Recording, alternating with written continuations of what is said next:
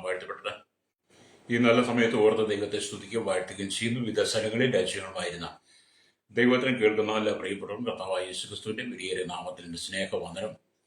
അല്പസമയത്തെ ദൈവന ചിന്തയ്ക്കായി ഒരു ദൈവജന ഭാഗം വായിക്കുന്നു. എഫെസ്യർക്ക് ലേഖനം 3-ാം അധ്യായം 14-15 വാക്യങ്ങൾ. അത് നിമിത്തം ഞാൻ സ്വർഗത്തിലും ഭൂമിയിലുമുള്ള സകല കുടുംബത്തിനും പേർ വരുവാൻ കാരണമായ പിതാവിന്റെ സന്നിധിയിൽ മുട്ടുകുത്തുന്നു. Praise the Lord. വളരെ അനുഗ്രഹിക്കപ്പെട്ട നല്ല തിരുവഴുത്താണ്. നമ്മൾ ചിന്തിക്കുന്ന വചനം എന്ന് പറയുന്നത് പിതാവിന്റെ സന്നിധിയിൽ മുട്ടുകുത്തുന്നു എന്നുള്ളതാണ്. അപ്പോസ്തലനായിരിക്കുന്ന പൗലോസ് എന്ന് പറയുന്ന വ്യക്തി താൻ രക്ഷിക്കപ്പെടുന്ന മുമ്പ് തൻ്റെ പേര് സാവൂൾ അഥവാ ശൗൽ എന്നൊക്കെ അറിയപ്പെട്ടിരുന്നു. വിശുദ്ധ പ്രമാണത്തിലെ 611 നിയമങ്ങളും നന്നായി പഠിച്ച അഭ്യസിച്ച ഗമാലിയലിന്റെ പാതപിടക്കിന്ന് പഠിച്ചവൻ, വചനത്തിൽ നല്ല അറിവുള്ളവൻ, പാണ്ഡിത്യമുള്ളവൻ. പ്രൈസോ. എന്നാൽ താൻ മുമ്പ് തൻ്റെ വിവേകശൂന്യമായ ഹൃദയം കൊണ്ടും വിവേകമില്ലായ്മകൾ കൊണ്ടും പരിജ്ഞാനമില്ലാത്തത് കൊണ്ടും ഈ പൗലോസ് പല സ്ഥലത്തും മുട്ടുകുത്തിയിട്ടുണ്ട്. പല പിതാക്കന്മാരുടെ മുമ്പിൽ മുട്ടുകുത്തി കാണും. പ്രൈസോ. അങ്ങനെ ദൈവികമായ ജ്ഞാനമില്ലാതെ, പരിജ്ഞാനമില്ലാതെ, ഹല്ലേലൂയ, വിവേകശൂന്യമായ ഹൃദയം കൊണ്ട് പല സ്ഥലങ്ങളിലും പല പിതാക്കന്മാരുടെ മുമ്പിലും മുട്ടുകുത്തിയത് കൊണ്ടാണ് പൗലോസിന് ഈ ഒരു അവസ്ഥയിൽ എഴുതേണ്ടി വന്നത് എന്നാണ് ഞാൻ ചിന്തിക്കുന്നത്. ചരിത്ര പശ്ചാത്തലം വേറെയാണെങ്കിലും നമ്മൾ ചിന്തിക്കുക. കാരണം ഈ വകക്കാരെന്ന് പറഞ്ഞാൽ വിശ്വാസത്തിൽ നിൽക്കുന്നവരെ എല്ലാം പിടിച്ചു കെട്ടി കൊണ്ടുവന്ന് കൊന്നുകളയുവാൻ, ഉപദ്രവിക്കുവാൻ വേണ്ടി മഹാപുരോഹിതന്റെ അധികാരപത്രം വാങ്ങി പുറപ്പെട്ട ഈ പൗലോസ് ദമസ്കോസ് പടിക്കൽ വെച്ച് യേശുവിനെ സന്ദർശിച്ചതോടുകൂടിയാണ് തൻ്റെ പേരിന് മാറ്റം വന്നത്, ജീവിതത്തിന് മാറ്റം വന്നത്, സ്വഭാവത്തിന് മാറ്റം വന്നത്, തനിക്ക് പരിജ്ഞാനം ഉണ്ടായത്, വിവേകം ഉണ്ടായത്. മുമ്പ് താൻ മുട്ടുകുത്തിയതെല്ലാം അജ്ഞതയായിരുന്നു എന്നൊക്കെ മനസ്സിലാക്കിയിട്ട് പരിജ്ഞാനം വന്നു കഴിഞ്ഞപ്പോൾ പൗലോസിന്റെ പിന്നത്തെ പ്രാർത്ഥന എന്താണ്? അത് നിമിത്തം ഞാൻ സ്വർഗത്തിലും ഭൂമിയിലുമുള്ള സകല കുടുംബത്തിനും പേർ വരുവാൻ കാരണമായ പിതാവിന് സന്മുട്ട് കുത്തുന്നു. യാഥാർത്ഥ്യമല്ലേ? യാഥാർത്ഥ്യമാ. നമ്മളും വലിയ പരിജ്ഞാനക്കുറവ് കൊണ്ട് പലതും നമ്മൾ ചെയ്തു കൂട്ടിയിട്ടുണ്ട്. ഞാൻ ചെയ്തു കൂട്ടിയിട്ടുണ്ട്. പൗലോസിന്റെ ഈ അനുഭവത്തിലേക്ക് വന്നപ്പോഴാണ് യഥാർത്ഥ സത്യം എന്താണ്, ആരുടെ മുമ്പിലാണ് മുട്ടുകുത്തേണ്ടത് എന്നുള്ള സുബോധം വന്നതെന്ന് പറയുന്നത്. അപ്പൊ അതു നിമിത്തം എന്ന് പറഞ്ഞാൽ ഹല്ലേലൂയ, ഇവിടെ എഴുതിയിരിക്കുന്നത് സ്വതം എഫെസ്യ ലേഖനം 3-ാം അധ്യായം 11 തൊട്ടുള്ള വാക്യങ്ങൾ വായിക്കുമ്പോൾ അവൻ നമ്മുടെ കർത്താവായ യേശുക്രിസ്തുവിൽ നിവർത്തിച്ച അനാദി നിർണയ പ്രകാരം സഭ മുഖാന്തരം അറിവായി വരുന്നു. അവനിൽ ആശ്രയിച്ചിട്ട് അവങ്കിലുള്ള വിശ്വാസത്താൽ നമുക്ക് ധൈര്യവും പ്രവേശനവും ഉണ്ട്. അതുകൊണ്ട് ഞാൻ നിങ്ങൾക്ക് വേണ്ടി സഹിക്കുന്ന കഷ്ടങ്ങൾ നിങ്ങളുടെ മഹത്വമാകിയാൽ അവ നിമിത്തം എന്താണ്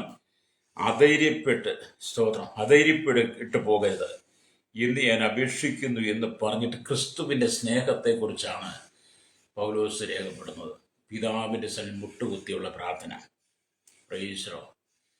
എന്നെ കേൾക്കുന്ന പ്രശ്നിക്കുന്ന നിങ്ങൾ ഒരു മനുഷ്യൻ എന്നുള്ള നിലയ്ക്ക് നിങ്ങൾക്ക് ആവശ്യമുള്ള അറിവും ജ്ഞാനവും വിവേകവും പരിജ്ഞാനവും ബുദ്ധിയും ഒക്കെ വിദ്യാഭ്യാസവും ഒക്കെ നിങ്ങൾക്ക് ദൈവം തന്നിട്ടുണ്ട്. Praise the Lord. നിങ്ങൾ ആരും മോശക്കാരല്ല. ഈ ഭൂമിയിൽ ദൈവം മോശക്കാരായിട്ട് ആരെയും അവൻ വേർതിരിച്ചിട്ടില്ല. നമുക്ക് 2 കൈയില്ലാത്തവർ എത്രയോ ശ്രേഷ്ഠമായ നല്ല സംഗീത ഉപകരണങ്ങൾ വായിക്കുന്നവർ നന്നായിട്ട് പണം വരയ്ക്കുന്നു. അല്ലേടിയ. കാലില്ലാത്തവർ എന്തെല്ലാം ശ്രേഷ്ഠമായ കാര്യം ചെയ്യുന്നു. ചെവി കേൾക്കാത്തവർ, കണ്ണു കാണാത്തവര്, അല്ലേടിയ, സംസാരിപ്പാൻ കഴിയാത്ത വിവിധ വൈകല്യങ്ങളുള്ളവർ എന്തെല്ലാം കാര്യങ്ങളെ ചെയ്തു കൂട്ടുന്നത്. നമുക്ക് 2 കൈയും കാലും എല്ലാം ഉണ്ടായിട്ടും നമുക്ക് പോലും ചെയ്യാത്ത കാര്യങ്ങളാണ് അവർ ചെയ്യുന്നത്. അങ്ങനെ ഇരിക്കെ ഹല്ലേലൂയ, സ്തോത്രം, നിങ്ങൾ ആരും മോശക്കാരല്ല. ഞാൻ പലപ്പോഴും പല ആളുകളുമായിട്ട് സംസാരിക്കും. ഞാനൊരു ദൈവദാസൻ എന്നുള്ളതിലേക്ക് റോഡിൽ കൂടെ യാത്ര ചെയ്യുമ്പോൾ പണ്ട് തൊട്ടേ ഞാൻ വിശ്വാസബന്ധ എല്ലാവരെയും ഞാൻ ഉൾക്കൊള്ളാൻ തയ്യാറാകുന്ന ആളാണ്. അപ്പം അങ്ങനെ നമ്മുടെ വഴികളിലൂടെയൊക്കെ തമിഴ്നാട്ടുകാർ ഒരുപാട് ഈ പാട്ടൊക്കെ പിറക്കി വരുന്ന അനവധി ആളെനിക്ക് പരിചയമുണ്ട്. അതിൽ കുറച്ച് വിശ്വാസികളൊക്കെ ഉണ്ട്. അപ്പം പലപ്പോഴും എന്നെ കാണുമ്പോൾ വഴിയിൽ എന്ത് കൈ കാണിച്ച് നിർത്തിയിട്ട് അവരുടെ സങ്കടങ്ങളൊക്കെ പറഞ്ഞ് പ്രാർത്ഥിക്കണമെന്ന് പറയും. ഞാൻ അവർക്ക് പരിപാടിയാണെങ്കിലും ഞാൻ അവരോട് പ്രാർത്ഥിക്കും. കാരണം അവർ നമ്മളെപ്പോലെ തന്നെ മനുഷ്യനാണല്ലോ. അല്ല, അവർ തൊഴിൽ ചെയ്യുന്നു, നമ്മളെപ്പോലെ വൃത്തിയായിട്ടും ഭംഗിയായിട്ടും നടന്നില്ല, അവരുടെ ജീവിതമാക്കുക. അങ്ങനെ ചില ആളുകളോട് സംസാരിക്കുമ്പോൾ അവരുടെ ഉള്ളിൽ നിന്ന് പുറത്തു വരുന്ന ആ ജ്ഞാനവും വിവേകവും ഒക്കെ അപ്പോഴാണ് നമ്മൾ മനസ്സിലാക്കുക. നമ്മൾ അവരെല്ലാം വെറും പാട്ടവർക്കില്ല കാണിക്കുന്നത്. പക്ഷെ അവരങ്ങനല്ല കേട്ടോ. അവരെല്ലാം പാട്ടവർക്കെല്ലാം മാന്യമായിട്ടൊക്കെ ജീവിക്കുന്ന ഒരുപാട് ആളുകളുണ്ട്. എല്ലാ വിഭാഗത്തും നല്ലതും മോശമുണ്ടല്ലോ. ചില ആളുകൾ, ഞാൻ പറഞ്ഞതിൻ്റെ കാരണം, എല്ലാ മനുഷ്യർക്കും ദൈവം അവരുടേതായുള്ള കഴിവും ജ്ഞാനവും വിവേകവും നൽകിയിട്ടുണ്ട്. ആരും മോശക്കാരല്ല. വഴിയിൽ കിടക്കുന്ന യാചകന് പോലും ദൈവം അവൻ്റെതായിട്ടുള്ള വിവരം കൊടുത്തിട്ടുണ്ട്, കഴിവ് കൊടുത്തിട്ടുണ്ട്. അല്ലേറിയ ആർക്കും ദൈവം ഒന്നും തരാതിരുന്നിട്ടില്ല.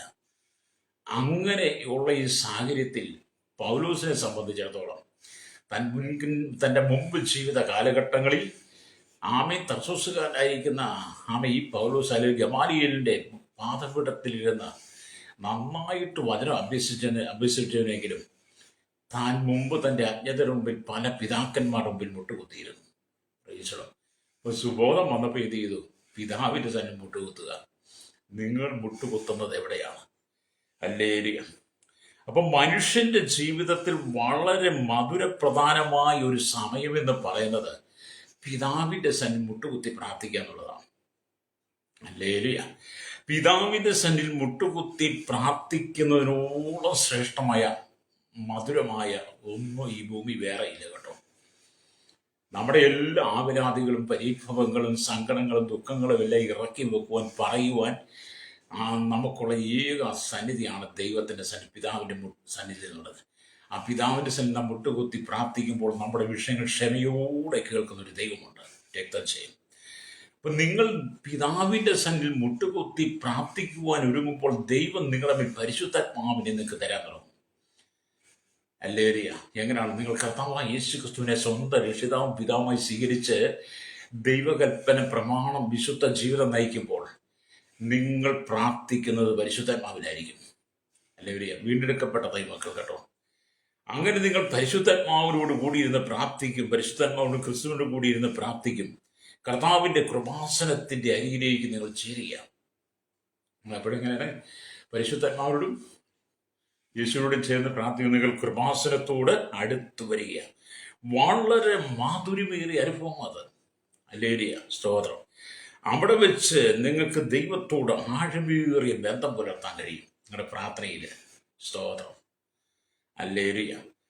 ഐക്യത നിലനിർത്തുന്നതാണ് നമ്മുടെ പ്രാർത്ഥന എന്ന് പറയുന്നത്. നമ്മളും ദൈവമായുള്ള ഐക്യത നിലനിർത്തുന്നതാണ്. നമ്മളും ദൈവമായുള്ള സ്നേഹബന്ധത്തിൽ ഉറപ്പുവരുത്തുന്നതാണ് പ്രാർത്ഥന എന്ന് പറയുന്നത്. ഹല്ലേലൂയ. നമ്മളും ദൈവമായുള്ള സമാധാന ബന്ധത്തിൽ നിലനിർത്തുന്നതാണ് പ്രാർത്ഥന. നമ്മളും ദൈവമായി പ്രത്യാശയുടെ അനുഭവത്തെ കൈമാറുന്നതാണ് പ്രാർത്ഥന എന്ന് പറയുന്നത്. നമ്മൾ ദൈവമായിട്ട് ചേർന്ന് പ്രാർത്ഥിക്കുക എന്ന് പറഞ്ഞാൽ സ്നേഹം പങ്കിടുന്നതാണ്. ഹല്ലേലൂയ.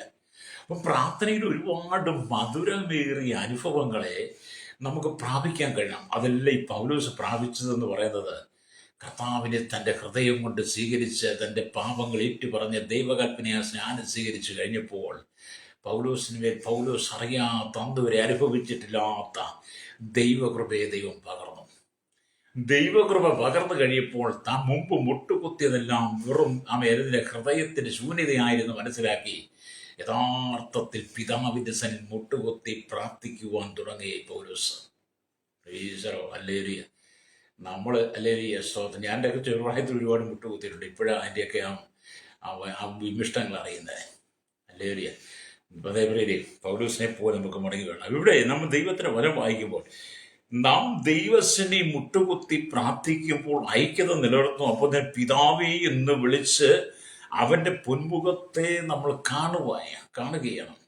നമ്മൾ പിതാവേ എന്ന് വിളിച്ച് പ്രാർത്ഥിക്കുമ്പോൾ കർത്താവായ യേശു ക്രിസ്തുവിൻ്റെ പിതാവിൻ്റെ പൊന്മുഖത്തെ നാം വിശ്വാസത്തിൻ്റെ കണ്ണുകൊണ്ട് കാണുവാൻ നമ്മുടെ ഹൃദയദൃഷ്ടി അവൻ പ്രകാശിപ്പിക്കും. ഹല്ലേലൂയ. അപ്പം നിരീശ്വരവാദികളും യുക്തിവാദികളും ദൈവമില്ല എന്ന് പറയുന്ന മൂഢന്മാരും ഒക്കെ ഈ സൗഭാഗ്യത്തെ നിരസിക്കുന്നവരാണ്. പ്രൈസറോ. ഇന്ന് പകൽ എന്നെ കേൾക്കുന്ന മാതാവേ, പിതാവേ, ഞാൻ നിങ്ങളോട് പറയട്ടെ, ദൈവമുള്ള ഐക്യം നിലനിർത്തി ബന്ധം നിലനിർത്തി, സ്നേഹം നിലനിർത്തി, സമാധാനം നിലനിർത്തി, പ്രത്യാശയുടെ അനുഭവത്തിൽ നീ പിതാവിൻ്റെ സനി മുട്ടുകുത്തി പ്രാർത്ഥിക്കുന്നെങ്കിൽ നിന്റെ ഹൃദയത്തിനകത്ത് പർവ്വതം പോലെ തളം കെട്ടി നിൽക്കുന്ന പ്രശ്നങ്ങൾ മാറിക്കിട്ടും. നമ്മൾ വലിയ പർവ്വതം കണ്ടിട്ടില്ലേ? ഹല്ലേലൂയ. ഞാൻ ഇവിടുന്ന് നാട്ടിൽ ചെന്നപ്പം ഞങ്ങളുടെ നാട്ടിൽ പണ്ട് ഇപ്പോഴും ഉണ്ട് കേട്ടോ, പാമ്പുരിക്കും പറയുന്ന ഒരു സ്ഥലമുണ്ട്. അവിടെ വലിയൊരു കുരിശുപള്ളിയൊക്കെ ഉണ്ട്. ഹല്ലേലൂയ. കുരിശുപള്ളി ഇപ്പോഴും പള്ളിയൊക്കെ പറയുന്നത് പണ്ട് കുരിശായിരുന്നു. അപ്പം ഞങ്ങളൊക്കെ ലോഡിങ് ചെയ്യുന്ന കാണാറൊക്കെ കൂപ്പ് തടി വെട്ടാനൊക്കെ അവിടെ എപ്പോഴും പാറയിൽ പോയിരിക്കുകയൊക്കെ ചെയ്യുമായിരുന്നു, ആ കുരിശിൻ്റെ തറയിലൊക്കെ കയറി. അപ്പം ഞാനൊക്കെ വിശ്വാസം വന്നിച്ച് ഒരു ദിവസം നാട്ടിൽ നിന്നപ്പോൾ എനിക്കൊരു തോന്നൽ അതിലൂടെ പോയാൽ കൊള്ളാമെന്ന്. അപ്പം ഞാൻ അവിടെ ചെന്നു. ആ പാറയിലൊക്കെ പണ്ടത്തെ ഓർമ്മയൊക്കെ ഒന്ന് പുതുക്കാൻ വേണ്ടി കുറച്ച് നേരം അവിടെ ഇരുന്ന പാറയിൽ സന്തോഷം കണ്ട് വീഡിയോ ഒക്കെ പിടിച്ച്. അപ്പോൾ ഞാൻ പലവിധമായ ചിന്തകൾ എൻ്റെ ഉള്ളിൽ കൂടെ കടന്നു വന്നപ്പോൾ പരിശുദ്ധാത്മാവ് പറഞ്ഞു, നീ ഇവിടെ വന്നത്, നിന്നെ ഇവിടെ വരുത്തിയത് മല പോലെയുള്ള ഈ പർവ്വതം പോലെയുള്ള പ്രശ്നങ്ങൾ നിന്റെ മുമ്പിലുണ്ടെന്ന് പറഞ്ഞു. ഹല്ലേലൂയ. പർവ്വതം പോലെ ഈ പാറ വലിയൊരു പർവ്വതമായി ഇതുപോലെയുള്ള പ്രശ്നം നിന്റെ ഹൃദയത്തിൽ നിൽക്കുകയാണ്. നിനക്കതൊന്ന് വെളിപ്പെടുത്താൻ വേണ്ടിയിട്ടാണ്. വെളിപ്പെടുത്തിയിട്ട് എൻ്റെ സനിൽ മുട്ടുകുത്തി നീ ഒന്ന് പ്രാർത്ഥിക്കണം. ഞാൻ നീയുമായിട്ട് ചില ഐക്യത പ്രാപിക്കാനുണ്ട്, നമ്മൾ ഐക്യതയിലേക്ക് വരാനുണ്ട് എന്ന് ദൈവത്തിൻ്റെ ആത്മാവ് എന്നെ ഓർമ്മിപ്പിച്ചുണർത്തിയത് ഞാൻ ഓർത്തു പോവുകയാണ്. നിങ്ങൾക്ക് അങ്ങനെയൊക്കെ അനുഭവിക്കാൻ കഴിഞ്ഞിട്ടുണ്ടോ? അതേ സഹോദര സഹോദരി, പർവ്വതം പോലെ വിഷയം നിന്റെ മുമ്പിലുണ്ട്. ഹല്ലേലൂയ. അതുകൊണ്ടാണ് നമ്മൾ സക്കറിയ പ്രവാചകന്റെ പുസ്തകം വായിക്കും, സെരുബാബേലിന്റെ മുമ്പിൽ നിൽക്കുന്ന മഹാപർവ്വതമേ നീ സമഭൂമി ആയി തീരുമെന്നൊക്കെ സെരുബാബേൽ ഇവിടെ എഴുതണമെങ്കിൽ, പറയണമെങ്കിൽ, സക്കറിയ പ്രവാചകന്റെ പുസ്തകത്തിൽ രേഖപ്പെടുത്തണമെങ്കിൽ നമ്മുടെ മുമ്പിലും അല്ലെങ്കിൽ മഹാപർവ്വതം പോലെയുള്ള ചില വിഷയങ്ങൾ നിൽക്കുകയാണ്. നിന്റെ ഭർത്താവിനെ കൊണ്ട് ചിലപ്പോൾ നിന്റെ ഭർത്താവ് ഒരു മഹാപർവ്വതമായി മാറും. ദുർജീവിതവും ദൈവഹിതമല്ലാത്ത അവിഹിത ബന്ധങ്ങളും മറ്റുള്ളവരുടെ ചാറ്റും മദ്യപാനവും ചൂതാട്ടങ്ങളും മുഖാന്തരം നിന്റെ ഭർത്താവ് ഒരു പർവ്വതമാകും നിനക്ക്. നിന്റെ മക്കളുടെ മയക്കുമരുന്ന് ലഹരി പദാർത്ഥം കൊണ്ട് ഒരു പർവ്വതമായി അവിടെ നിനക്ക് ഭാരമായി തോന്നാം. ഭാര്യയുടെ തെറ്റായ ജീവിതം കൊണ്ട് പലപ്പോഴും അവരൊരു പർവ്വതമായി ഭർത്താക്കന്മാർക്കും വീട്ടിലുള്ളവർക്കൊക്കെ തോന്നിയേക്കാം. അങ്ങനെ മനുഷ്യന്റെ ജീവിതത്തിൽ ഒരുപാട് പർവ്വത സമാനമായ വിഷയങ്ങൾ നിങ്ങൾ ഓരോരുത്തരും വിവിധ നിലകളിൽ അനുഭവിക്കുന്നുണ്ട്. ഹല്ലേലൂയ. ഇല്ലെന്ന് പറയാമോ നിങ്ങൾക്ക്? അല്ലെങ്കിൽ എന്തെല്ലാം പ്രശ്നമാണ് നിങ്ങളുടെ ജീവിതത്തിലുള്ളത്? എന്തെല്ലാം പ്രതിസന്ധികളാണ്?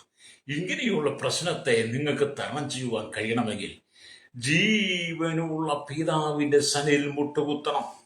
ജീവനുള്ള ദൈവത്തിന്റെ മുമ്പിൽ, ജീവനുള്ള പിതാവിന്റെ മുമ്പിൽ നിങ്ങൾ മുട്ടുകുത്തി പ്രാർത്ഥിക്കുമ്പോൾ നിങ്ങളുടെ മുമ്പിൽ നിൽക്കുന്ന പർവ്വത സമാനമായ വിഷയങ്ങളെ കർത്താവ് എടുത്തു മാറ്റും, രക്തം ചെയ്യും.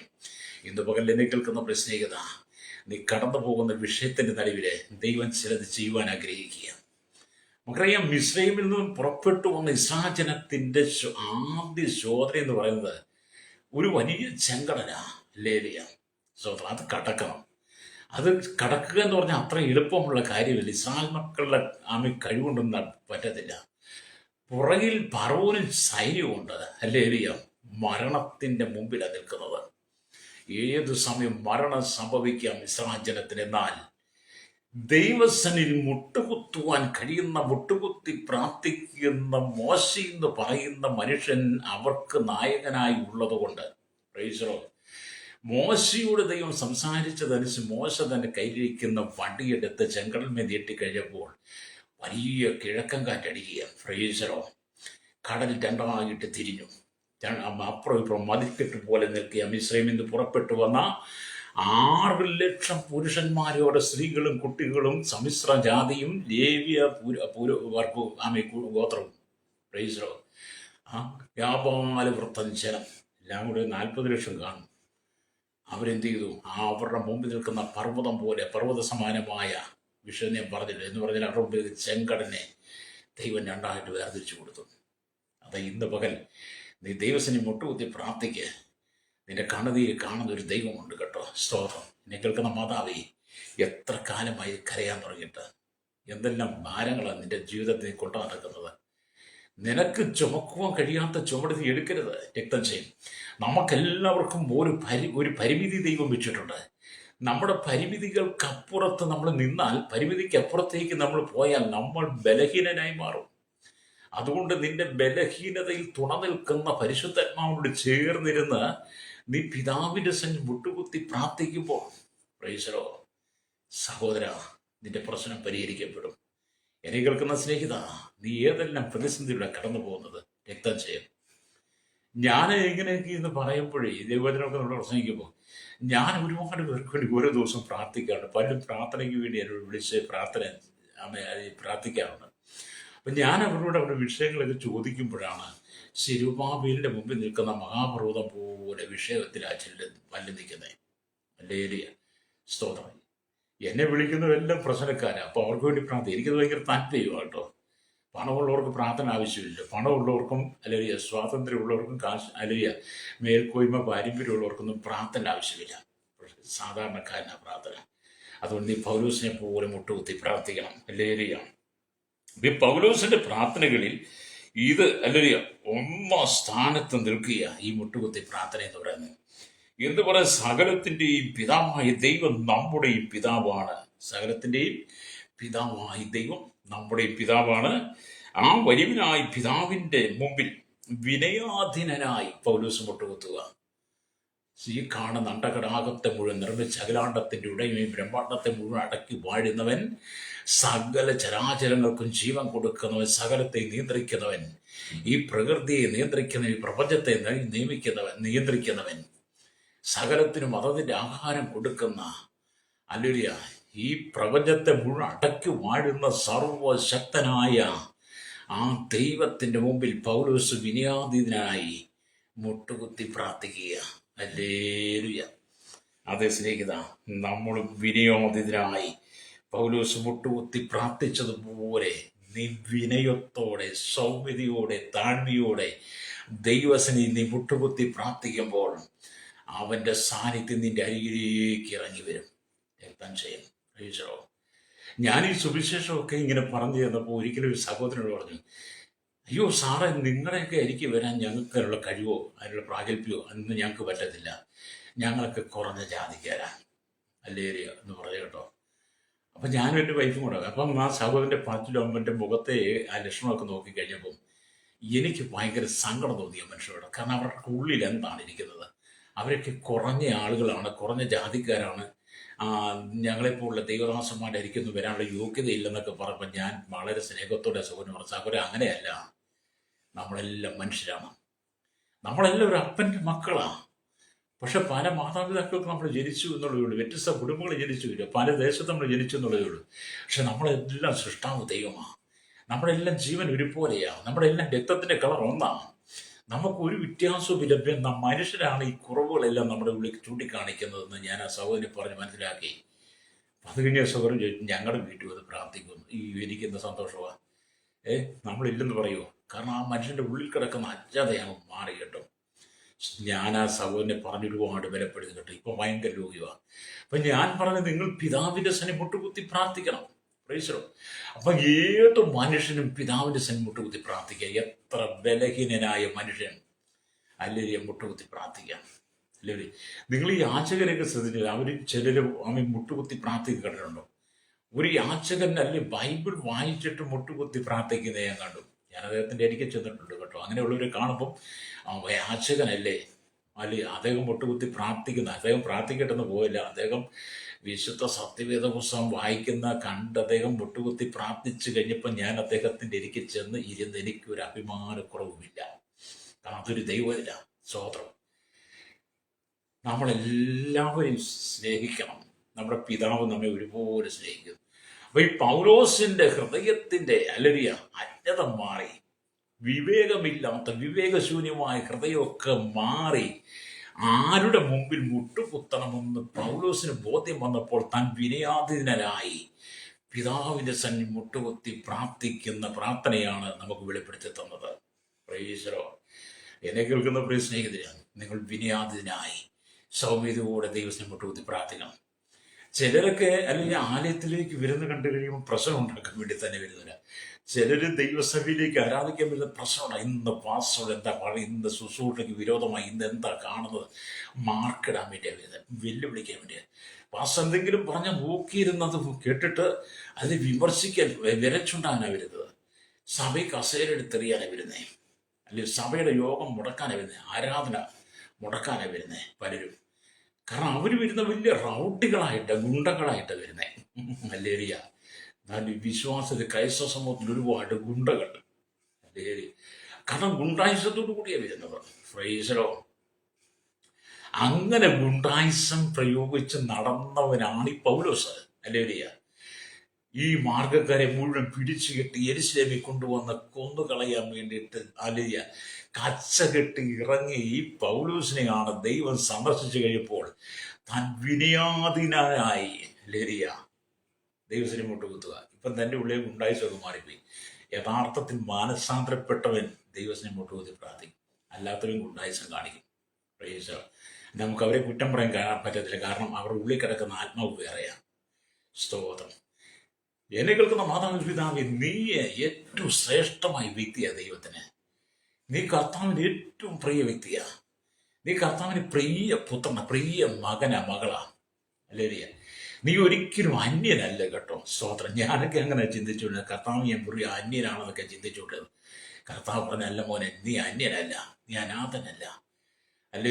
നിനക്ക് വേണ്ടിയാണ് ഞാൻ ജീവൻ കൊടുത്തത്. നിന്നെ നേടുവാൻ വേണ്ടിയിട്ടാണ് ഞാൻ സ്വർഗ മഹിമകൾ വെടിഞ്ഞ് ഈ ഭൂമി വന്നത്. നിനക്ക് വേണ്ടിയിട്ടാണ് ഞാൻ ഈ ഭൂമി ജീവിച്ചത്. നിനക്ക് വേണ്ടിയിട്ടാണ് ഞാൻ ഈ ഉപദ്രവമേറ്റത്. നിനക്ക് വേണ്ടിയിട്ടാണ് ഞാൻ ക്രൂശിൽ മരണം ഏറ്റെടുത്തത്. എല്ലാം നിന്നെ നേടാൻ വേണ്ടിയിട്ടാണ്. അപ്പോഴാണ് എൻ്റെ ഉള്ളിലെ ആ ചിന്താഗതി മാറി. ഞാൻ കർത്താവിന് വിലപ്പെട്ടവൻ, വിലയേറിയ ഒരു മാന്യനും. അതായത് എന്നെ കേൾക്കുന്ന സ്നേഹിത, നീ ദൈവത്തിന് വിലയേറിയ ഒരു മാന്യനുമാണ്. അല്ലേ? ദൈവത്തിന് ജാതിയൊന്നുമില്ല കേട്ടോ. ദൈവത്തിൻ്റെ സൃഷ്ടിയിൽ രണ്ട് ജാതിയുള്ളൂ, ആണും പെണ്ണും എന്ന് പറഞ്ഞാൽ രണ്ടേ ജാതിയുള്ളൂ. ദൈവസനിൽ അല്ലെ മതമില്ല കേട്ടോ. ദൈവം ഇവിടെ മതം സ്ഥാപിച്ചില്ല. ദൈവത്തിന് എല്ലാവരും മക്കളാണ്. ദൈവത്തിന് മുഖപക്ഷമില്ല കേട്ടോ. അവനെല്ലാവരും ഒരുപോലെ സ്നേഹിക്കുന്നവനാ. അതുകൊണ്ട് വിനയാധീനായി പൗലോസ് മുട്ടുകുത്തി പ്രാർത്ഥിച്ചതുപോലെ നാം മുട്ടുകുത്തി പ്രാർത്ഥിക്കുവാൻ കഴിയണം.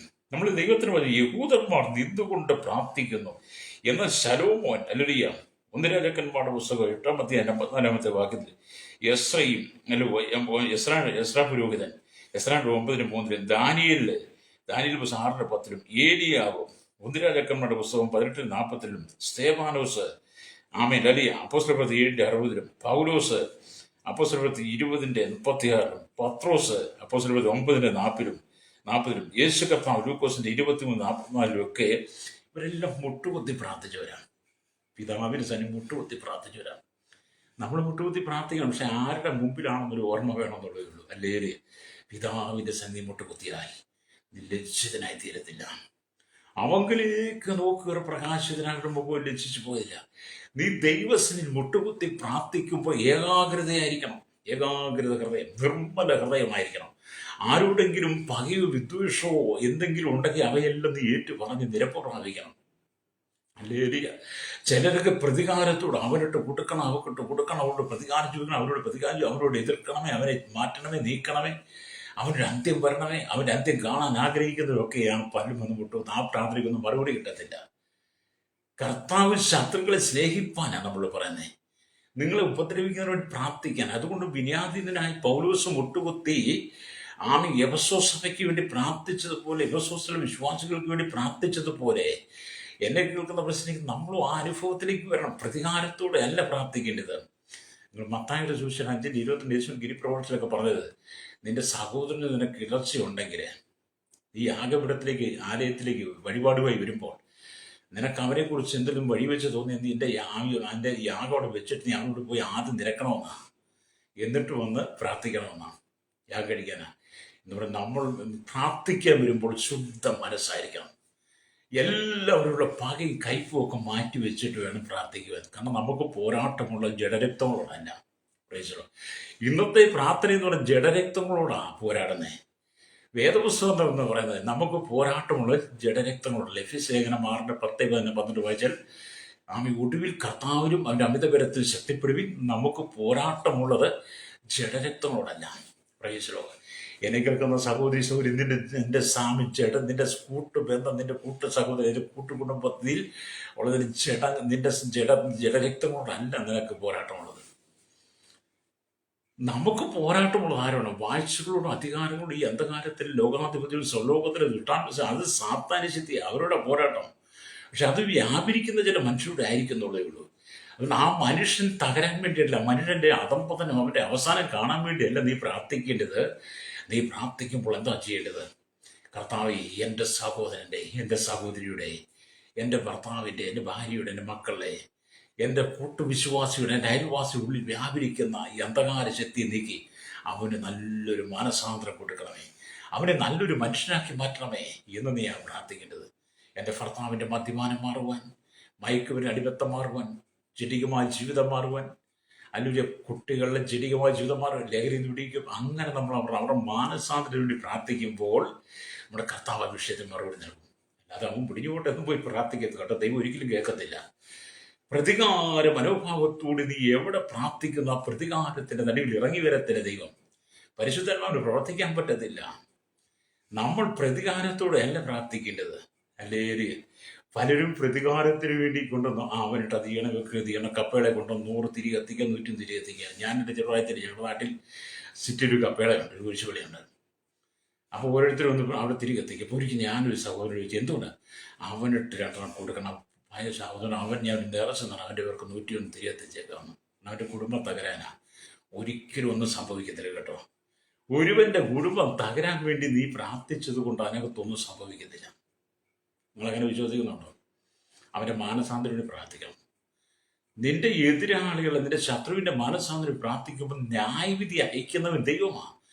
ദൈവമാണ് എന്താ ചെയ്യുന്നത് തീരുമാനിക്കുന്നത്, നമ്മളല്ല തീരുമാനിക്കുന്നത്. പലപ്പോഴും നമ്മൾ ആ തീരുമാനം എടുത്തിട്ട് കർത്താവിനെ പഠിപ്പിക്കുക. അല്ലേ രക്തത്തിൽ നമ്മൾ തീരുമാനം എടുത്തിട്ട് നമ്മൾ പ്രതികാരം മനസ്സിൽ വെച്ചിട്ട് കർത്താവ് അവനിട്ടത് ചെയ്യണമേ, അവക്കട്ടത് ചെയ്യണമേ, അവനത് വരണം, ഇവക്കത് വരണം, അങ്ങനെ വരണം, അവൻ്റെ കുടുംബം നശിക്കണം, അവൻ്റെ തലമുറ നശിക്കണം, അവൻ്റെ ഭാര്യ നശിക്കണം, മക്കൾ, അവൻ്റെ ജോലി പോകണം, ബിസിനസ് തകരണം എന്നൊക്കെയാണ് നമ്മൾ പലപ്പോഴും പലരും പ്രാർത്ഥിക്കുന്നത്. അങ്ങനെ ഒത്തിരി പേരേക്ക് പറയാനുണ്ട്. പലരും പറയുന്നത് നമ്മൾ കേൾക്കുന്നതല്ലേ. അങ്ങനെയല്ല പ്രാർത്ഥിക്കേണ്ടത്. നഷ്ടപ്പെട്ടുകൊണ്ടിരിക്കുന്ന, പാപത്തിൽ വീണ് കിടക്കുന്ന, ശാപത്തിൽ വീണ് കിടക്കുന്ന, രോഗത്തിൽ കിടക്കുന്ന, നിരാശയുടെ കടന്നു പോകുന്ന, ഞെരുക്കം അനുഭവിക്കുന്ന, ദാരിദ്ര്യം അനുഭവിക്കുന്ന, നിരാലംബരും വൃത്തരുമായിരിക്കുന്ന, യാചകർ, അശരണായിരിക്കുന്ന, അല്ലെങ്കിൽ വൃത്തകൾ, ആരുപോലുമില്ലാത്ത, കഠിന കഷ്ടതയുടെ കടന്നു പോകുന്ന, ഒരു ഭവനമില്ലാത്ത, ഒരു ഭൂമിയില്ലാത്ത, ആമയും ജോലിയില്ലാത്ത, അങ്ങനെയുള്ളവരെ ഓർത്തിട്ട് ഒരിക്കലും നമ്മുടെ ശത്രുവായിരിക്കും. അവർക്ക് വേണ്ടി നമ്മൾ അലിയ സ്തോത്രം നമ്മൾ ഹൃദയം വിനയാദിതനായി പൗലോസിനെ പോലെ മുട്ടുകുത്തി പ്രാർത്ഥിക്കണം. പ്രൈസലോ. പൗലോസ് അതല്ലേ ചെയ്തേ, യേശു അതല്ലേ ചെയ്തത്. യേശുവിൻ്റെ ക്രൂശിലെ ക്രൂശിലെ മൊഴികളിൽ എന്താണ് യേശു പറഞ്ഞത്? തൻ്റെ മുമ്പിൽ തന്നെ എല്ലാവരും ക്രൂശിച്ച് കുരിശിൽ കിടത്തിയിരിക്കുമ്പോൾ യേശു എന്താണ്? പിതാവേ, ഇവർ ചെയ്യുന്നത് എന്തെന്ന് അറിയാമെങ്കിൽ ഇവരോട് ക്ഷമിക്കണമല്ലേ. അതല്ലേ നമ്മൾ പഠിക്കേണ്ടത്. അങ്ങനെയല്ലേ നമ്മൾ പ്രാർത്ഥിക്കേണ്ടത്. ക്രൂശിൽ മരണത്തിന്റെ മുമ്പിലും വിനയാദിതനായി കിടക്കുന്ന ഒരു യേശു നിങ്ങൾ കണ്ടില്ലേ? പിതാവേ, ഇവർ ചെയ്യുന്നത് എന്തെന്നറിയാമെങ്കിൽ എന്നോട് ക്ഷമിക്കണമേ.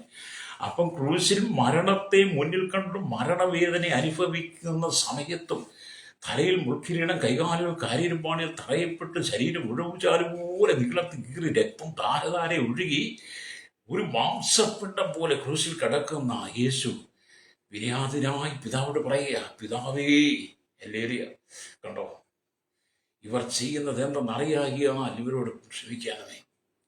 അതല്ലേ സഹോദര പ്രാർത്ഥനയ്ക്ക് നീ ഉപയോഗിക്കേണ്ടത്. ആ വിനയത്വമല്ലേ നിന്റെ ജീവിതത്തിൽ വേണ്ടത്. പക്ഷെ ആ വിനയാദിനമായ അനുഭവം നിനക്കുണ്ടോ? പൗലോസ് ചേർത്ത് പിടിച്ചു. അല്ലേറിയ നമ്മളൊക്കെ ആ അനുഭവത്തിലേക്ക് വരണം കേട്ടോ. ഇവിടെ ദൈവത്തിന് ഫലം യാചിപ്പീൻ എന്നാ നിങ്ങൾക്ക് കിട്ടുമല്ല. യാചിക്കണം. അല്ലേ, നമ്മൾ യാചിക്കാൻ തയ്യാറാകണം. ദൈവത്തോട് യാചിക്കുമ്പോഴാണ് നമ്മുടെ വിഷയങ്ങൾക്ക് മറുപടി കർത്താവ് തരുന്നത്. അല്ലേറിയ. അതുകൊണ്ടാണ് നമുക്ക് മത്തായിയുടെ സുവിശേഷം വായിക്കുമ്പോൾ, മത്തായിയുടെ സുവിശേഷം 7-ാം അധ്യായം അതിൻ്റെ 7 തൊട്ട് 11 വരെ വാക്യങ്ങൾ വായിക്കും. എന്താണ്? യാചിപ്പീൻ എന്നാൽ നിങ്ങൾക്ക് കിട്ടും, അന്വേഷിപ്പീൻ ആമീൻ കണ്ടെത്തും, മുട്ടുവീൻ നിങ്ങൾക്ക് തുറക്കും, യാചിക്കുന്നവന് ലഭിക്കുന്നു, അന്വേഷിക്കുന്നവൻ കണ്ടെത്തുന്നു, അല്ലെങ്കിൽ മുട്ടുന്നവന് തുറക്കും. അപ്പൊ നമ്മൾ ദൈവത്തിനെ യാചിക്കണം കേട്ടോ. ഒരു യാചകനെ പോലെ നീ ദൈവത്തിനെ ഇന്ന് നിലവിളിച്ച് പ്രാർത്ഥിക്കണം. എന്നുകൊണ്ട് നമ്മൾ യാചകനാണെന്നല്ല, ദൈവത്തിനെ യാചിക്കണം. അല്ലേറിയ. അപ്പം നമ്മൾ പ്രാർത്ഥനയെക്കുറിച്ച് യേശു പറയുന്ന ഈ ഭാഗത്ത് വളരെ ചിന്തനീയം. ആരെങ്കിലും നമ്മോട് കൂടുതൽ യാചിച്ചാൽ നമുക്ക് വെറുപ്പ് തോന്നും. ആരോടെങ്കിലും നമ്മളോട് ആരെങ്കിലും വളരെ വന്ന് യാചിച്ചാൽ നമുക്ക് വെറുപ്പ് തോന്നും, ഇല്ലേ? നിങ്ങൾ ബസ്സിൽ യാത്ര ചെയ്യുക, ഒരു യാചകൻ വന്നു നിങ്ങളുടെ കയ്യിലുള്ള കൊടുത്തു, രണ്ടാമത് ഒരാൾ വന്നു വീണ്ടും കൊടുത്തു, ഒപ്പം വേറൊരാൾ വരിക, അപ്പം നിങ്ങൾക്ക് വെറുപ്പ് തോന്നും. പിറ്റേ ദിവസവും നിങ്ങൾ അച്ചാരിച്ച് അവർ തന്നെ നിങ്ങൾക്ക് വെറുപ്പ് തോന്നും. നിങ്ങളുടെ മുമ്പിൽ യാചിക്കുന്നവരോട് നിങ്ങൾക്ക് വെറുപ്പ് തോന്നാറുണ്ട്, ഇല്ല സഹോദര സഹോദരി? ഉണ്ടെന്നേ. എത്ര പേരാ? ചില യാചകന്മാർ എനിക്ക് വരുമ്പം കണ്ണടച്ചിരിക്കുന്നവരെ കണ്ടിട്ടില്ല. വണ്ടി കണ്ണടച്ചിരിക്കും, മുഖം ഇങ്ങനെ തിരിച്ചുകൊണ്ട് പോകും, അവരിൽ വേറെ സംസാരിച്ചുകൊണ്ടിരിക്കും, ഇല്ല പൊക്കെ ഇല്ലെന്ന് പറയും. അങ്ങനെയൊക്കെയല്ലേ? നിങ്ങളോട് ആരും യാചിക്കുന്നത് നിങ്ങൾക്ക് ഇഷ്ടമില്ല. പക്ഷെ കർത്താവ് പറയുന്നത് യാചിപ്പീൻ എന്നാണ് കിട്ടും. നിങ്ങൾ യാചിക്കണം, എൻ്റെ മുമ്പിൽ നിങ്ങൾക്ക് കിട്ടും. പ്രൈസറോ, ഈ കർത്താവിൻ്റെ മനസ്സാണ് നമുക്ക് വേണ്ടി. യാചിപ്പീൻ എന്നാൽ നിങ്ങൾക്ക് കിട്ടും. ഹല്ലേലൂയ, സ്തോത്രം. യാചിപ്പീൻ എന്നാൽ നിങ്ങൾക്ക് കിട്ടും, അന്വേഷിപ്പീൻ കണ്ടെത്തും. അപ്പം നമ്മൾ യാചിക്കുന്ന സകല വിഷയങ്ങൾക്കും നമ്മുടെ കർത്താവ് മറുപടി തരാൻ വിശ്വസനാണ്. ഒരിക്കലും നമ്മളെപ്പോലും വെറുപ്പുണ്ടാകത്തില്ല. നമ്മൾ എത്രമാത്രം യാചിച്ചാലും കർത്താവിന് വെറുപ്പില്ല കേട്ടോ, സ്നേഹമാണ്. എൻ്റെ കേൾക്കുന്ന മാതാവേ പിതാവേ, നീ യാചിക്കണം. ഇല്ലേ? നീ യാചിക്കണം, നിനക്ക് കിട്ടും. നീ യാചിക്കുന്നത് നിനക്ക് കിട്ടും. പ്രൈസ്. യാചിപ്പീൻ എന്താണ് പറയുന്നത്? യാചിപ്പീൻ എന്നാൽ നിങ്ങൾക്ക് കിട്ടും.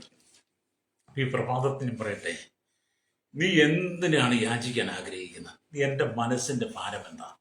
എൻ്റെ ഹൃദയത്തിൻ്റെ സങ്കടം എന്താ? ആരോടും പറയാതെ ഹൃദയത്തിനകത്ത് ഒതുക്കി വെച്ച് ഭാരപ്പെടുന്ന ചില വിഷയമില്ലേ? ശംഖ് പൊട്ടുന്ന ചില അനുഭവം നിനക്ക് വരാറില്ലേ? മടുത്തു എന്നൊക്കെ നീ പറയാറില്ലേ?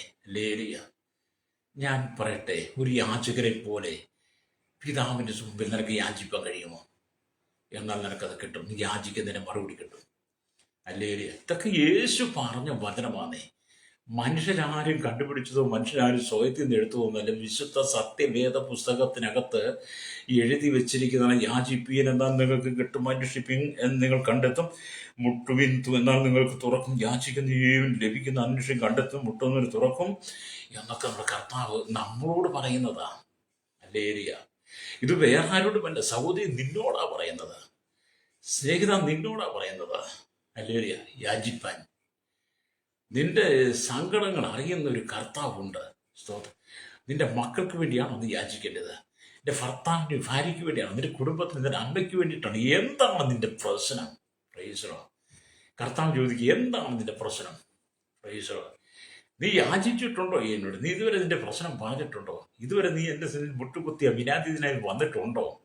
ഹല്ലേലൂയ. കർത്താവ് ചില ചോദ്യങ്ങൾ ചോദിച്ചാൽ ഇന്ന് പകൽ എന്നെ കേൾക്കുന്ന മാതാവേ, നമുക്ക് ദൈവസ്നേഹം. അപ്പം യാചിപ്പീൻ എന്നാൽ നിങ്ങൾക്ക് കിട്ടും എന്ന് അല്ലെ വേദപുസ്തകം പറയുക. നിങ്ങളുടെ പ്രാർത്ഥന കേൾക്കുന്നവനും ഉത്തരം നൽകുന്നവനുമായ പരമപിതാവിനെ നോക്കി നിങ്ങൾ യാചിച്ചുകൊണ്ടേയിരിക്കണം. നിങ്ങളുടെ പ്രാർത്ഥനയ്ക്ക് ഉത്തരം നൽകുന്ന, ഹല്ലേലൂയ, സ്തോത്രം, നിങ്ങളുടെ പ്രാർത്ഥന കേൾക്കുന്ന കർത്താവിനെ നിങ്ങൾ നോക്കി യാചിച്ചുകൊണ്ടേയിരിക്കണം. പിതാവിനെ നോക്കി നിങ്ങൾ പ്രാർത്ഥിക്കുമ്പോൾ യേശു ക്രിസ്തു ക്രൂശിൽ ചൊരിയപ്പെട്ട രക്തത്തിന്റെ ആ രക്തത്തിന്റെ പുണ്യത്താൽ, കൃപയാൽ, ആ സാന്നിധ്യത്തിൽ പിതാവ് നിങ്ങളുടെ പ്രാർത്ഥന ആ കൃപാസനത്തിങ്കിലേക്ക് ആ കൃപാസനത്തിനരികിലേക്ക് ചെല്ലുന്ന ഒരു അനുഭവത്തിലേക്ക് നിങ്ങളെ കൊണ്ടുവരും. അപ്പം നമ്മൾ പിതാവിൻ്റെ സ്നേഹം മുട്ടുകുത്തി പ്രാർത്ഥിക്കുമ്പോൾ പുത്രനായ യേശു ക്രൂശിൽ ചൊരിയപ്പെട്ട രക്തത്താൽ നമ്മുടെ പ്രാർത്ഥന നമ്മുടെ പിതാവ് കേട്ട് നമ്മൾ ആ കൃപാസനത്തിങ്കിലേക്ക് അടുത്തുകൊണ്ടിരിക്കും. പ്രയോജനോ അവിടെ നമുക്ക് സമാധാനമുണ്ടെന്നേ. അവിടെ നമുക്ക് സമാധാന സ്വസ്ഥതയുണ്ട്. നമ്മുടെ എല്ലാ വിഷയത്തിനും മറുപടി. ആ ഒരു ഭാഗ്യം പൗലോസിന് ലഭിച്ചിരുന്നു. സ്തോത്രം. തൻ്റെ എല്ലാ വിഷയങ്ങളും താൻ മുട്ടുകുത്തി പ്രാർത്ഥിക്കുകയാണ്. അപ്പൊ യേശു ക്രിസ്തു കൽപ്പിച്ച പ്രാർത്ഥനയിൽ സ്വർഗസ്ഥനായ ഞങ്ങളുടെ പിതാവ് എന്ന് വിളിച്ച് പ്രാർത്ഥിക്കുവാൻ യേശു ശിഷ്യന്മാരെ പഠിപ്പിച്ചത് മത്തായി 6:9 കാണുന്നുണ്ട്. സ്വർഗസ്ഥനായ പിതാവ് എന്ന് വിളിച്ച് പ്രാർത്ഥിക്കണം. അപ്പോസ്തലനായ പൗലോസ്, ഞാൻ സ്വർഗത്തിലും ഭൂമിയിലുള്ള സകല കുടുംബത്തിനും പേർ വരുവാൻ കാരണമായി പിതാവിന്റെ സന്നിധിയിൽ മുട്ടുകുത്തുന്നു എന്ന് പൗലോസ് പ്രാർത്ഥിക്കുകയാണ്. അവൻ തൻ്റെ മഹത്വത്തിന്റെ ധനത്തിനൊത്തവണ്ണം അവന്റെ ആത്മാവിനാൽ നിങ്ങൾക്ക് അകത്തെ മനുഷ്യനെ സംബന്ധിച്ച് ശക്തിയോടെ ബലപ്പെടേണ്ടതിനും എന്ന് പറഞ്ഞ് പൗലോസ് പ്രാർത്ഥിക്കുന്നത് എഫേസ്യ ലേഖനം 3:15-16 വാക്യങ്ങൾ രേഖപ്പെടുത്തിയിരിക്കുകയാണ്. അതെ, നിങ്ങളുടെ അകത്തെ മനുഷ്യൻ ബലപ്പെടണം. പ്രൈസറോ, നിങ്ങളുടെ അകത്തെ മനുഷ്യൻ ബലപ്പെട്ട് കഴിയുമ്പോൾ നിങ്ങളുടെ പുറമെയുള്ള ജഡം ബലം പ്രാപിക്കും. പ്രൈസറോ.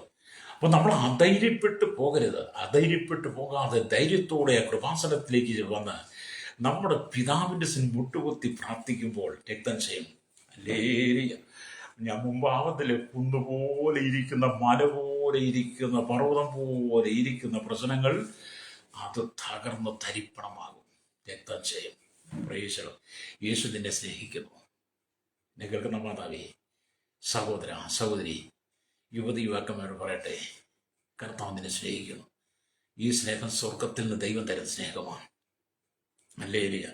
അപ്പം പിതാവായ ദൈവത്തോട് മാത്രമാണോ പ്രാർത്ഥിക്കേണ്ടത്? യേശുക്രിസ്തുവിനോട് പ്രാർത്ഥിച്ചുകൂടെ? പരിശുദ്ധാത്മാവിനോട് പ്രാർത്ഥിച്ചുകൂടെ? തീർച്ചയായും യേശുവിനോടും പരിശുദ്ധാത്മാവിനോടും ഒക്കെ പ്രാർത്ഥിക്കാം. സ്തോത്രം. ഹല്ലേലൂയ. അപ്പോൾ തന്നെ നമ്മുടെ കർത്താവ് നിത്യപിതാവാണ്. അപ്പൊ ഇതെല്ലാം ചെയ്യാം. പിതാവിനോടും പുത്രനോടും പരിശുദ്ധനോടും ഒക്കെ നമുക്ക് പ്രാർത്ഥിക്കാം. അപ്പോൾ തന്നെ നമ്മുടെ ദൈവം ആരാണ്? നിത്യപിതാവാണ്. ഹല്ലേലൂയ. യേശുക്രിസ്തുവിനെ നിത്യപിതാവ് ദൈവമെന്ന് അംഗീകരിക്കുവാൻ കഴിയാത്ത പലരുമുണ്ട്. പുത്രനോട് എന്തിനാ പ്രാർത്ഥിക്കുന്നത്? പരിശുദ്ധാത്മാവോട് എന്തിനാ പ്രാർത്ഥിക്കുന്നത്? ഹല്ലേലൂയ. ആ പിതാവ്, ഞങ്ങൾക്ക് ഏക ദൈവം മാത്രമേ ഉള്ളൂ, സ്വർഗത്തിലെ ദൈവം മാത്രമേ ഉള്ളൂ, ഏക ദൈവമുള്ളൂ, ഏക പിതാവേ ഉള്ളൂ, ഞങ്ങൾ പിതൃപുത്ര പരിശുദ്ധാത്മാവിനെ അംഗീകരിക്കത്തില്ല. ചില ട്രിനിറ്റി എന്ന് പറഞ്ഞാൽ യാമേല ഒന്നില്ല, ബൈബിളിൽ തൃത്വമില്ല എന്നൊക്കെ പറഞ്ഞ് പലരും ഒരുപാട് വാചാലതയുടെ വാചകസത്തോടെ ഈ ടി വിയിലും ഈ സോഷ്യൽ മീഡിയയൊക്കെ വരാറുണ്ട്. കഴിഞ്ഞ ദിവസം ഒരാൾ സൗരം സംസാരിക്കുക, പരിശുദ്ധാത്മാവിനോടും പുത്രനോടും അല്ല പ്രാർത്ഥിക്കേണ്ടത്, പിതാവ് മാത്രമേ ഉള്ളൂ. ഹല്ലേലൂയ. അത് തൃത്വം ട്രിനിറ്റി ഒന്നും വേദവസ്തു പറഞ്ഞിട്ട് അതുകൊണ്ട് നിങ്ങൾ അവരോട് പ്രാർത്ഥിക്കുന്നത് ഏക ദൈവം, ഏകസത്യ ദൈവം പിതാവേ ഉള്ളൂ. ഹല്ലേലൂയ.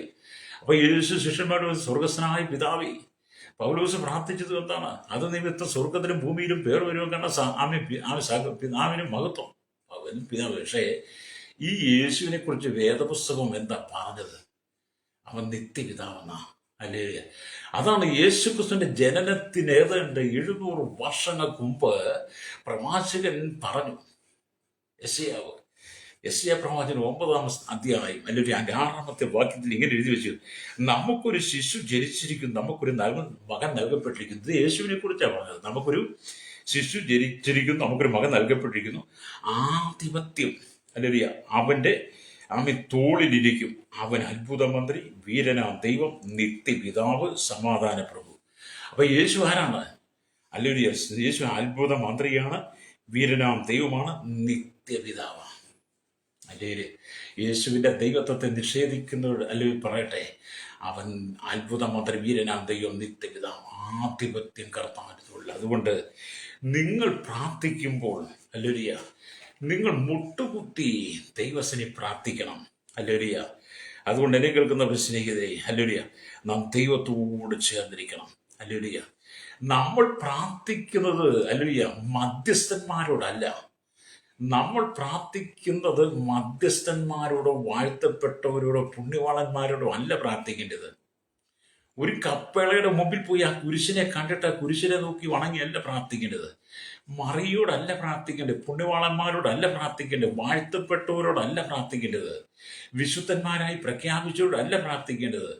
നമ്മൾ പ്രാർത്ഥിക്കേണ്ടത് വീരനാം ദൈവം, അത്ഭുത മന്ത്രി, വീരനാം ദൈവം, നിത്യപിതാവ് എന്ന് പറയുന്ന, എന്ന് വേദപുസ്തകം വെളിപ്പെടുത്തി തരുന്ന കർത്താവ് യേശുക്രിസ്തുവിന്റെ മുട്ടുകുത്തി പ്രാർത്ഥിക്കണം. പിതാവിന്റെ മുട്ടുകുത്തി പ്രാർത്ഥിക്കണം. അപ്പം മധ്യസ്ഥം, ദൈവത്തിന് മനുഷ്യരുടെ ഏക മധ്യസ്ഥൻ യേശുക്രിസ്തു മാത്രമെന്ന് നിങ്ങൾ വചനമായി തിമോഥെയോസ് ലേഖനത്തിൽ എഴുതിയിട്ടുണ്ടല്ലോ 2 ഹല്ലേലൂയ. അപ്പം നമ്മൾ മുട്ടുകുത്തിയോടെ പിതാവിനോട് പ്രാർത്ഥിക്കണം. പൗലോസ് അതാണ് പറയുന്നത്. ഹല്ലേലൂയ. അപ്പൊ എന്നെ കേൾക്കുന്നവരുടെ വാക്കിനാലോ ക്രിയയാലോ എന്തു ചെയ്താലും സകലവും കർത്താവായ യേശുവിന്റെ നാമത്തിൽ ചെയ്തും അവൻ മുഖാന്തരം അല്ലെങ്കിൽ അവൻ മുഖാന്തരം പിതാവായ ദൈവത്തിന് സ്തോത്രം പറഞ്ഞും കൊണ്ടിരിപ്പീൻ എന്നാണ് കൊലോസ്യ ലേഖനം 3:17 കാണുന്നത്. ഹല്ലേലൂയ. എന്താണ് പറഞ്ഞത്? സ്തോത്രം. ഹല്ലേലൂയ. അവിടെ പറയുകയാണ്, സ്തോത്രം, വാക്കിനാലോ ഹല്ലേലൂയ വാക്കിനാലോ ക്രിയയാലോ എന്തു ചെയ്തു സകലവും കർത്താവ് യേശുവിന്റെ നാമത്തിൽ ചെയ്തും അവൻ മുഖാന്തരം കർത്താവ് യേശുവിന്റെ നാമത്തിൽ ചെയ്തും അവൻ മുഖാന്തരം പിതാവിന് സ്തോത്രം ചെയ്തു കൊണ്ടിരിപ്പിൻ. യേശുക്രിസ്തു ഈ ഭൂമിയിലായിരുന്നപ്പോൾ കൽപ്പിച്ച പ്രധാനപ്പെട്ട സത്യ വചനം എന്താണ്? യേശു ഭൂമിയിലായിരുന്നപ്പോൾ എന്താ പറഞ്ഞത്? അല്ലെങ്കിൽ യോഹന്നാന്റെ സുവിശേഷത്തിൽ രേഖപ്പെടുത്തി വെച്ചിട്ടുണ്ട്. യേശു ഭൂമിയിലായിരുന്നപ്പോൾ പറഞ്ഞ വേദപുസ്തക വചനങ്ങളെ വേദപുസ്തകത്തിൽ രേഖപ്പെടുത്തി വെച്ചിരിക്കുന്നു. അവിടെ ഇങ്ങനെ യോഹന്നാന്റെ സുവിശേഷം 14 അധ്യായത്തിലേക്ക് വരുമ്പോൾ അവിടെ ഇങ്ങനെ യോഹന്നാന്റെ സുവിശേഷം 14 വാക്യങ്ങൾ, അവിടെ നിങ്ങൾ എൻ്റെ നാമത്തിൽ അപേക്ഷിക്കുന്നതൊക്കെയും പിതാവ് പുത്രൻ മഹത്വപ്പെടേണ്ടതിന് ഞാൻ ചെയ്തു തരും. നിങ്ങൾ എൻ്റെ നാമത്തിൽ എന്നോട് അപേക്ഷിക്കുന്നതൊക്കെയും ഞാൻ നിങ്ങൾക്ക് ചെയ്തു തരും. അല്ലേ? അപ്പം നമ്മൾ യേശുവിനോട് പ്രാർത്ഥിക്കുന്നതെല്ലാം കർത്താവ് നമുക്ക് ചെയ്തു തരുവാൻ അവൻ വിശ്വസ്തനായ ദൈവമാണ്. നമ്മുടെ ദൈവം വിശ്വസ്തനായ ദൈവം. ഈ കാണുന്ന മുഴു ലോകത്തെയും മടക്കി ഭരിക്കുന്നവനാ നമ്മുടെ സൃഷ്ടാവാ. അതുകൊണ്ട് എന്നെ കേൾക്കുന്ന സ്നേഹിത, അല്ലെങ്കിൽ പിതാവും പുത്രനും യേശുവും പരിശുദ്ധാത്മാവും എല്ലാം എപ്പോഴും നമുക്ക് വേണ്ടി ഒരുക്കത്തോടെ താമിയിരിക്കുക നമ്മുടെ പ്രാർത്ഥനകൾ കേൾക്കാൻ. അപ്പം നിങ്ങളുടെ യാചനകളും അപേക്ഷകളും ദൈവത്തോട് അറിയിക്കുവിൻ. സ്തോത്രത്തോടുകൂടി ദൈവത്തിന് സ്തോത്രം ചെയ്ത് സ്തുതിച്ച് ആനന്ദിക്കണം. ആത്മീയ പാട്ടുകൾ പാടി ദൈവത്തെ ആദരിക്കണം, സന്തോഷപ്പെടണം. അതിനുശേഷം നിങ്ങൾ എന്ത് യാചിച്ചാലും ദൈവം നിങ്ങൾക്ക് തരും. ഹല്ലേലൂയ. അതുകൊണ്ടാണ് മത്തായി സുവിശേഷം വായിക്കുമ്പോൾ 6:33 വായിക്കുന്നത് എന്താണ്? മുമ്പേ അവൻ്റെ രാജ്യവും നീതി അന്വേഷിപ്പിൻ, അതോടുകൂടെ ഇതൊക്കെ നിങ്ങൾക്ക് കിട്ടുമെന്ന്. ഹല്ലേലൂയ. എന്താ? മുമ്പേ അവൻ്റെ രാജ്യവും നീതി അന്വേഷിക്കണം, അതോടുകൂടി ഇതൊക്കെ നിങ്ങൾക്ക് കിട്ടും. അത് ഞാൻ വേണ്ടി പ്രാർത്ഥിക്കാൻ പോവുകയാണ്. വായിച്ച വചനം എന്താണ്? ഹല്ലേലൂയ. വായിച്ച വചനത്തിലേക്ക് വരട്ടെ. ഹല്ലേലൂയ. നമ്മൾ വായിച്ച എഫേസ്യ ലേഖനം ഹല്ലേലൂയ 3-ാം അധ്യായം എൻ്റെ 14-15 വാക്യങ്ങളാണ്. ഹല്ലേലൂയ. അവിടെ എഴുതിയിരിക്കുന്നു, അത് നിമിത്തം സ്വർഗത്തിലും ഭൂമിയിലും, ഹല്ലേലൂയ, അത് നിമിത്തം ഞാൻ സ്വർഗത്തിലും ഭൂമിയിലും ഉള്ള സകല കുടുംബത്തിനും പേർവരുവാൻ കാരണമായ പിതാവിൻ്റെ സന്നിധിയിൽ മുട്ടുകുത്തുന്നു. അവൻ തൻ്റെ മഹത്വത്തിൻ്റെ ധനത്തിനൊത്തവണ്ണം അവൻ്റെ ആത്മാവിനാൽ നിങ്ങൾക്ക് അകത്തെ മനുഷ്യനെ സംബന്ധിച്ച് ശക്തിയോടെ ബലപ്പെടേണ്ടതിനും വിശ്വാസത്തിൽ ക്രിസ്തു നിങ്ങളുടെ ഹൃദയങ്ങളിൽ വസിക്കേണ്ടതിനും വരം നൽകണമെന്നും നിങ്ങൾ സ്നേഹത്തിൽ വേരൂന്നി അടിസ്ഥാനപ്പെട്ടവരായി അവൻ്റെ വീതിയും നീളവും ഉയരവും ആഴവും എന്തെന്ന് സകല വിശുദ്ധന്മാരോടും കൂടെ ഗ്രഹിപ്പാനും പരിജ്ഞാനത്തെ കവിയുന്ന, ഹല്ലേലൂയ, പരിജ്ഞാനത്തെ കവിയുന്ന ക്രിസ്തുവിൻ്റെ സ്നേഹത്തെ അറിയുവാൻ പ്രാപ്തരാകി ക്രിസ്തുവിൻ്റെ എല്ലാ നിറവിനോളം, ഹല്ലേലൂയ, നിറവിനോളം നിങ്ങൾ നിറഞ്ഞു വരികയും ചെയ്യണമെന്നാണ് പൗലോസ് പ്രാർത്ഥിക്കുന്നത്. അത് ഈ പ്രാർത്ഥന നീ ഏറ്റെടുത്ത് ചെല്ല്. കർത്താവ് നിന്നെ അനുഗ്രഹിക്കും. ക്രിസ്തു യേശുവിനെ മുട്ടുകുത്തി പ്രാർത്ഥിക്കുക. കണ്ണുകളടച്ചാട്ട്. പരിശുദ്ധ ഞങ്ങളുടെ നല്ല ദൈവമേ, സ്വർഗ്ഗീയ പിതാവേ, അനുഗ്രഹിക്കപ്പെട്ട നല്ല സമയത്തിന് ഈ വചനം കേട്ടുകൊണ്ടിരിക്കുന്ന സകല ജനത്തെയും, ഞങ്ങളുടെ ലോകരാജ്യം 200 കോടി 7 ഭൂഖണ്ഡങ്ങളാണ് ജനത്തിന് തലമുറ എണ്ണത്തിൽപ്പെടാത്തവർ, ജാതി മത വർഗ വർണ്ണ വ്യത്യാസം കുടിലോട്ട് കൊട്ടാരത്തിൽ വരെ പണക്കുന്ന സകല ജനത്തെയും, എല്ലാ സാമ്യ രാജ്യരാഷ്ട്ര തലന്മാർ, അധികാരികളെ, എല്ലാ ഭരണാധികാരികൾ, എല്ലാ മത നേതാക്കന്മാരെ, തീവ്രവാദികൾ, ഭീകരവാദി, വർഗീയവാദി, ദൈവമില്ല എന്ന് പറഞ്ഞ മൂടന്മാർ, നിരീശ്വരമായ യുക്തിവാദികളടക്കം ശൈശവത്തിനും ബാല്യത്തിൽ കൗമാരി യൗവനത്തിൽ നിരാനുഭവത്തിൽ അശനയാച റോഫണ ചോട്ടൻ തടവറയിലായിരിക്കുന്ന എല്ലാ ഗോത്രവിഭാഗങ്ങളെയും, എല്ലാ ആദിവാസി ട്രൈബിലേക്കിലായിരിക്കുന്ന എല്ലാ ജനത്തെയും കർത്താവ് അവിടുത്തെ കരങ്ങളിൽ ഏൽപ്പിച്ച് പ്രാർത്ഥിക്കുകയാണ്. ആരും നിരാശപ്പെട്ട് സങ്കടപ്പെട്ടു പോകാതെ പിതാവിൻ്റെ മുട്ടുകുത്തി പ്രാർത്ഥിച്ച് കർത്താവ് കടന്നു പോകുന്ന മാനസികമായ പ്രയാസം, സങ്കട ദുഃഖങ്ങളുടെ നടുവിൽ ആശ്വാസത്തിൻ്റെ കരം നീട്ടണമേ. മനുഷ്യൻ വളരെ ഭാരത്തോടെ കടന്നു പോകുന്നു, കണ്ണീരിലൂടെ കടന്നു പോകുന്നു. പലരും മരണത്തിന് മുമ്പിൽ എത്തി നിൽക്കുന്ന നിരാശയിലൂടെ അങ്ങനെയുള്ളവർക്ക് ആശ്വാസ സമാധാനം കൊടുക്കണമേ. മുഖപക്ഷമില്ലാതെ എല്ലാവരും സ്നേഹിക്കുന്ന യേശുവിൻ്റെ കരങ്ങളിൽ കർത്താവ് ഈ ജനത്തെ സമർപ്പിക്കുകയാണ്. സകല മുഖത്വം എടുക്കണം യേശുവിൻ്റെ നാമത്തിൽ തന്നെ. ആമേൻ, ആമേൻ, ആമേൻ.